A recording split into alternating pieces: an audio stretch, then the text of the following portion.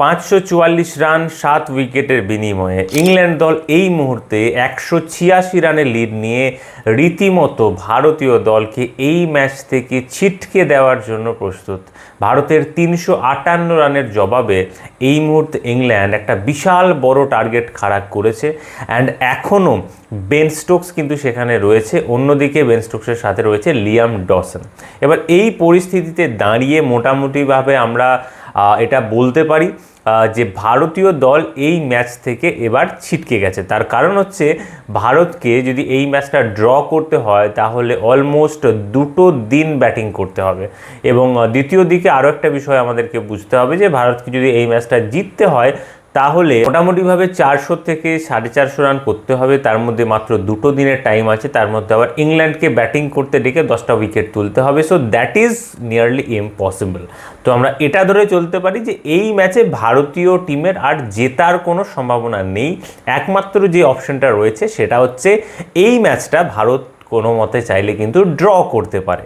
এবার সেই ড্র করার জন্য কয়েকটা বিষয় রয়েছে যেগুলো নিয়ে আমরা বিস্তারিতভাবে আলোচনা করব, বাট তার আগে ইংল্যান্ড দলের ব্যাটিং লাইনটাকে যদি আমরা দেখি তো ইংল্যান্ড দলের ব্যাটিং লাইন আপ নিয়ে আমরা গতকাল আলোচনা করেছিলাম, যেখানে আমরা দেখেছিলাম যে জ্যাক ক্রলি এবং বেন ডাকেটের একটা ভালো ওপেনিং পার্টনারশিপ, তারপর সেটাকে সাপোর্ট করে জো রুট এবং অলি পোপ।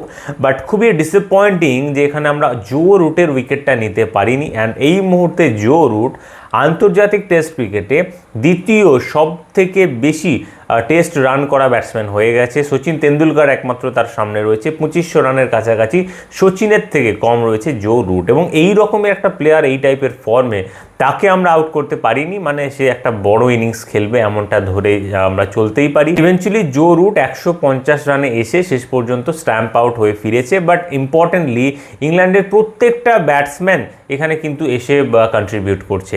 জো রুটের পরে আগেন এখানে জেমি স্মিথ বড় ইনিংস খেলতে পারেনি এবং হ্যারি ব্রুক, এই দুজন ইংল্যান্ডের তরফ থেকে ফ্লপ গেছে। Otherwise each and every batsman they have scored runs. এই মুহূর্তে দাঁড়িয়ে বেন স্টোকস যে ইনজিওর্ড ছিল, ফিরে গিয়েছিল রিটায়ার্ড হয়ে, এই মুহূর্তে সে মাঠে রয়েছে, 70 রানে ব্যাটিং করছে। অ্যাট দ্য সেম টাইম আমরা যদি তার নন স্ট্রাইকার যে পার্টনার রয়েছে দ্যাট ইজ লিয়াম ডসন। এবার লিয়াম ডসনকে অনেকেই চেনেন না, তো এই প্লেয়ারটা তাদের যে ডোমেস্টিক সার্কিট সেখানে ফার্স্ট ক্লাস ক্রিকেটে 10,000 রান আছে লিয়াম ডসনের। ভারতের এই পুরো দলটার সমস্ত ব্যাটসম্যানের রান যদি যোগ করা হয় তাহলেও কিন্তু 10,000 রান হবে না, যেটা একজন ব্যাটসম্যানের আছে ইংল্যান্ড দলের। তো ওভারঅল ইংল্যান্ড এই মুহূর্তে বেশ ভালো একটা স্ট্রং পজিশনে রয়েছে।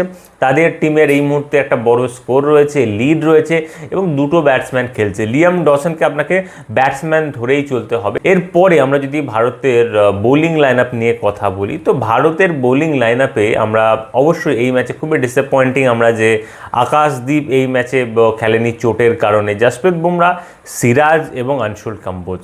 এবার এই 3 জন পেস বোলারকে নিয়ে আমরা গেছি, বাট একটা বিষয় আমাদেরকে আগেন এটা বুঝতে হবে যে এই 3 জন প্লেয়ারের মধ্যে আমাদের 2 ফ্রন্টলাইন পেস বোলার বুমরা এবং সিরাজ কিন্তু রয়েছে। আমরা কোনো মতেই এটা বলতে পারি না যে আমাদের এখানে প্রপার পেস বোলিং ডিপার্টমেন্ট নেই বলে এরকম অবস্থা হয়েছে। It's not like that. আমাদের proper pace bowling set up এখানে আছে, বুমরা সিরাজ আছে এবং আমাদের দলের যে তৃতীয় বোলার সেটা কিন্তু প্রত্যেক ম্যাচে পরিবর্তিত হতে থাকে, কখনো প্রসিদ্ধ কৃষ্ণা, কখনো আকাশদীপ, কখনো আনশুল কাম্বোজ এবং এর সাথে we have in this match Shardul Thakur. এবার শার্দুল ঠাকুরের তরফ থেকেও আমরা বোলিং ডিপার্টমেন্টে যেমনটা আমরা এক্সপেক্ট করি কোনো কন্ট্রিবিউশন নেই।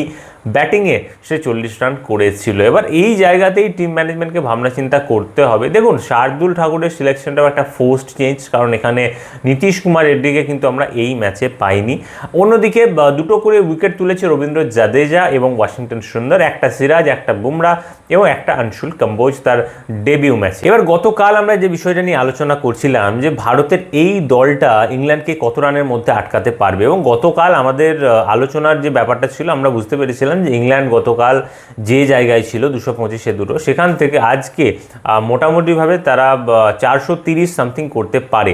কিন্তু আমাদের চিন্তাভাবনার উপরে ইংল্যান্ড 544 করেছে। অ্যাটলিস্ট আমরা যেটা এক্সপেক্ট করেছিলাম যে 70-80 রানের লিড, সেখান থেকে ইংল্যান্ড 180+ লিড নিয়েছে। এবং তার প্রধান কারণটা অবশ্যই জো রুট এবং পরবর্তী দিকে বেন স্টোকসের একটা ভালো ইনিংস। বাট এখানে যে প্রশ্নটা রয়েছে, যেটা আমি ফেসবুকে লিখেও ছিলাম, যে এই যে পরিস্থিতি, ভারতীয় দল যে সম্পূর্ণরূপে দিশেহারা, একদমই উইকেট নিতে পারছে না, তো এই পরিস্থিতিটাকে আমরা কিভাবে ডিকোড করব?